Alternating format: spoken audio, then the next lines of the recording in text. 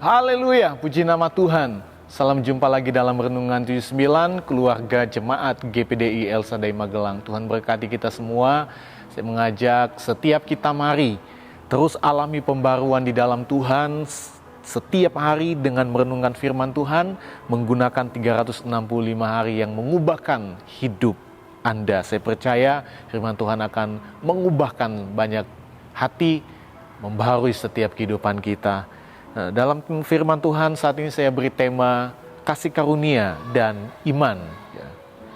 Kita akan melihat Efesus 2 ayat 8 sampai ayat 9. Saya baca firman Tuhan. Sebab karena kasih karunia kamu diselamatkan oleh iman. Itu bukan hasil usahamu tetapi pemberian Allah. Itu bukan hasil pekerjaanmu. Jangan ada orang yang memegahkan diri. Kalau kita mengobservasi surat Efesus ini tulis oleh Rasul Paulus untuk jemaat Tuhan di Efesus, dan itu sudah dijelaskan di dalam Efesus 1 ayatnya yang pertama, dari Paulus, Rasul Kristus Yesus oleh kehendak Allah kepada orang-orang kudus di Efesus, orang-orang percaya dalam Kristus Yesus. Surat Efesus ini ditulis sekitar 60 sampai 62 Masehi, dan kemungkinan besar saat Paulus berada dalam tahanan rumah di Roma. Ya. Nah, kita masuk di interpretasi dari ayat-ayat ini. Saya melihat beberapa makna. Yang pertama, kasih karunia itu adalah pemberian Allah dengan cuma-cuma. Di dalam bahasa Yunani, kata karunia itu berasal dari kata charis yang berarti pemberian yang diberikan dengan cuma-cuma. Hal ini menegaskan bahwa keselamatan kita hanya karena kasih karunia Allah. Keselamatan bukanlah sesuatu yang kita peroleh, ya. Jadi kita diselamatkan bukan sesuatu yang kita peroleh melalui usaha kita atau perbuatan kita sendiri, tetapi hanya karena kasih karunia Allah. Ya. Ya. Jadi kita ini adalah orang-orang yang berdosa. Firman Allah katakan kita kehilangan kemuliaan Allah. Semua orang telah berbuat dosa, telah kehilangan kemuliaan Allah. Artinya kita ada di dalam penghukuman. Ya, tidak ada seorang pun yang bisa menyelamatkan kita, yang bisa mengangkat kita dari lumpur dosa. Ya.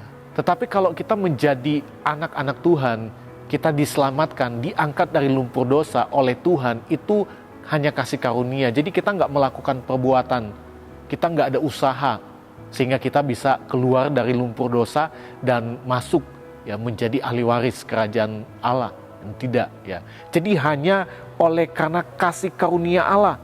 Karena kalau kita melihat, Yesaya pun mengatakan bahwa semua kebenaran kita itu seperti kain kotor di hadapan Allah. Di dalam Yesaya 64 ayatnya yang ke-6. Ya. Demikianlah kami sekalian seperti seorang najis, dan segala kesalehan kami seperti kain kotor. Oleh karena itu kita tidak dapat memegahkan diri atas keselamatan kita, karena itu sepenuhnya adalah anugerah Allah. Ya, dan firman Allah juga sudah mengatakan, ya, itu bukan hasil pekerjaanmu, jangan ada orang yang memegahkan diri. Ya. Jadi kita nggak boleh memegahkan diri, ya, atas keselamatan yang kita sudah terima dari Tuhan. Karena sekali lagi sepenuhnya itu adalah anugerah Allah, kasih karunia Allah. Ya, artinya kita nggak boleh sombong. Ya. Karena kita diselamatkan cuma karena kasih karunia. Ya, jangan sombong merasa bahwa kita sudah melakukan begitu banyak pengorbanan buat pekerjaan Tuhan, ya, dan kita menjadi orang yang diselamatkan. Ya. Di dalam Yohanes 3 ayat 16, ini ayat hafalan. Karena begitu besar kasih Allah akan dunia ini, sehingga ia telah mengaruniakan anaknya yang tunggal, supaya setiap orang yang percaya kepadanya tidak binasa, melainkan beroleh hidup yang kekal. Ya. Jadi sekali lagi, hanya oleh kasih karunia Allah kita beroleh hidup yang kekal di dalam Tuhan. Ya, Allah dalam kasih-Nya yang tidak terhingga, ya, memberikan keselamatan kepada kita tanpa memandang kelayakan atau usaha kita. Ya. Jadi Tuhan berikan kasih karunia kepada kita, ya, bukan karena Dia melihat kita layak, ya. Bukan karena Dia melihat karena kita sudah berusaha, tidak, ya. Tapi sekali lagi hanya kasih karunia Tuhan. Amin. Makna yang kedua kita lihat, ya, iman sebagai sarana keselamatan, ya. Kalau tadi kasih karunia adalah pemberian Allah dengan cuma-cuma, yang kedua iman sebagai sarana keselamatan. Iman ini adalah kepercayaan ya, dan keyakinan kita kepada Yesus Kristus sebagai Tuhan dan Juru Selamat manusia. Kalau hari ini kita adalah orang-orang yang percaya kepada Tuhan, kita beriman kepada Tuhan, ya, itu karena ya iman kita kepada Tuhan ya, yang teguh, sehingga kita percaya Dia adalah Juru Selamat di dalam kehidupan kita. Dengan kata lain, iman itu adalah tangan, ya, tangan yang menerima pemberian Allah dengan cuma-cuma, yaitu kasih karunia. Jadi kasih karunia itu diberikan dengan cuma-cuma, tetapi orang percaya juga harus, ya, setiap orang juga harus ada iman ya. Jadi iman itu ya tangan, ya, seperti tangan yang menerima kasih karunia itu. Kalau tidak ada iman, ya, orang tidak bisa menerima kasih karunia Allah. Sehingga ada banyak orang yang tidak diselamatkan. Kenapa? Karena tidak menerima kasih karunia. Tidak ada iman untuk menerima kasih karunia Allah. Jadi kasih karunia Allah cuma diberikan cuma-cuma ya. Tapi sekali lagi harus ada iman ya, sebagai tangan yang menerima pemberian dari Tuhan ya. Dan iman kepada Tuhan Yesus Kristus itu perlu dibangun supaya apa? Tetap teguh, sehingga kita dapat menghargai dan tidak akan menyia-nyiakan kasih karunia Allah. Jadi kita lihat iman itu penting dalam kehidupan kita ya. Dengan iman kita menerima kasih karunia Allah, dan dengan iman juga kita menjadi orang-orang yang teguh di dalam pendirian kita, teguh di dalam kepercayaan kita kepada Tuhan, dalam pengiringan kita, dalam pelayanan kita, dalam kesetiaan kita, ketaatan kita kepada Tuhan. Jadi harus ada iman yang teguh ya. Iman yang teguh akhirnya membuat kita dapat menghargai dan tidak akan menyia-nyiakan kasih karunia Allah. Dan bagaimana caranya kita membangun iman yang teguh? Roma 10 ayat 17 katakan, jadi iman timbul dari pendengaran, dan pendengaran oleh firman Kristus. Ya. Jadi oleh firman Tuhan, iman itu akan tumbuh. Iman itu akan terus dibangun.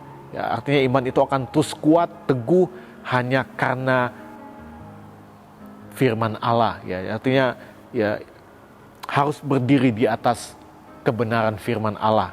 Ya, supaya iman kita tetap teguh, sehingga kita orang-orang yang sudah menerima dengan iman kasih karunia itu dapat mempertahankan kasih karunia itu. Karena di luar sana ada banyak orang yang kehilangan keselamatan karena nggak bisa mempertahankan kasih karunia yang sudah Tuhan berikan. Iman mereka menjadi lemah. Itu sebabnya iman itu perlu dibangun juga ya.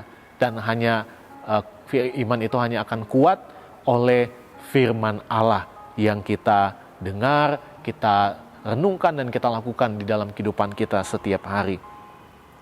Nah, kita akan masuk aplikasi ya. Apa yang harus kita terapkan di dalam kehidupan kita. Ya. Dalam kita orang-orang yang sudah menerima kasih karunia Allah. Yang pertama, kita harus menghargai kasih karunia Allah di dalam hidup kita dengan cara jangan memegahkan diri atau jangan sombong seolah-olah keselamatan adalah karena perbuatan kita. Kita dipanggil untuk hidup dalam kerendahan hati, bersyukur dan mengakui bahwa semua kebaikan dan berkat yang kita terima adalah karena kasih karunia-Nya.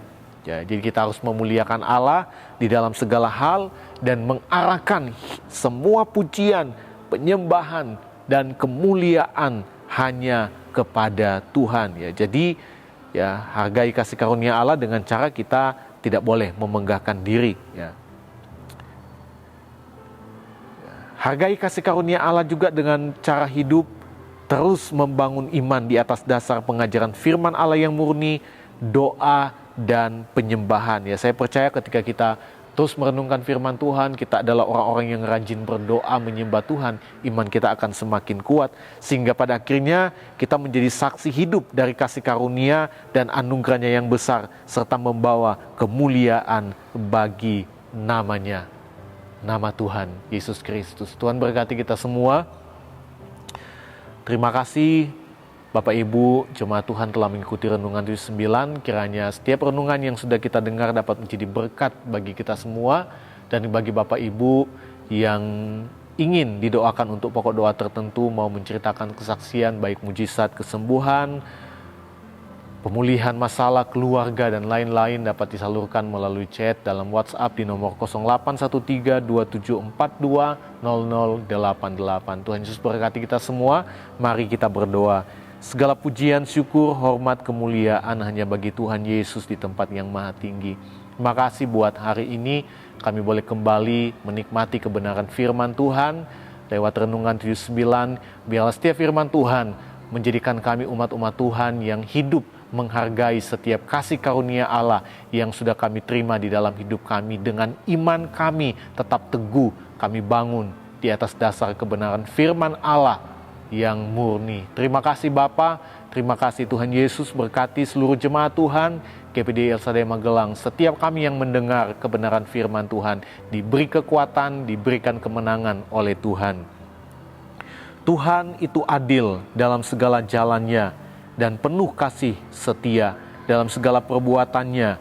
Tuhan dekat pada keluarga jemaat GPDI El Shaddai Magelang yang berseru kepadanya, pada kami yang berseru kepadanya dalam kesetiaan. Di dalam nama Tuhan Yesus Kristus. Haleluya. Amin.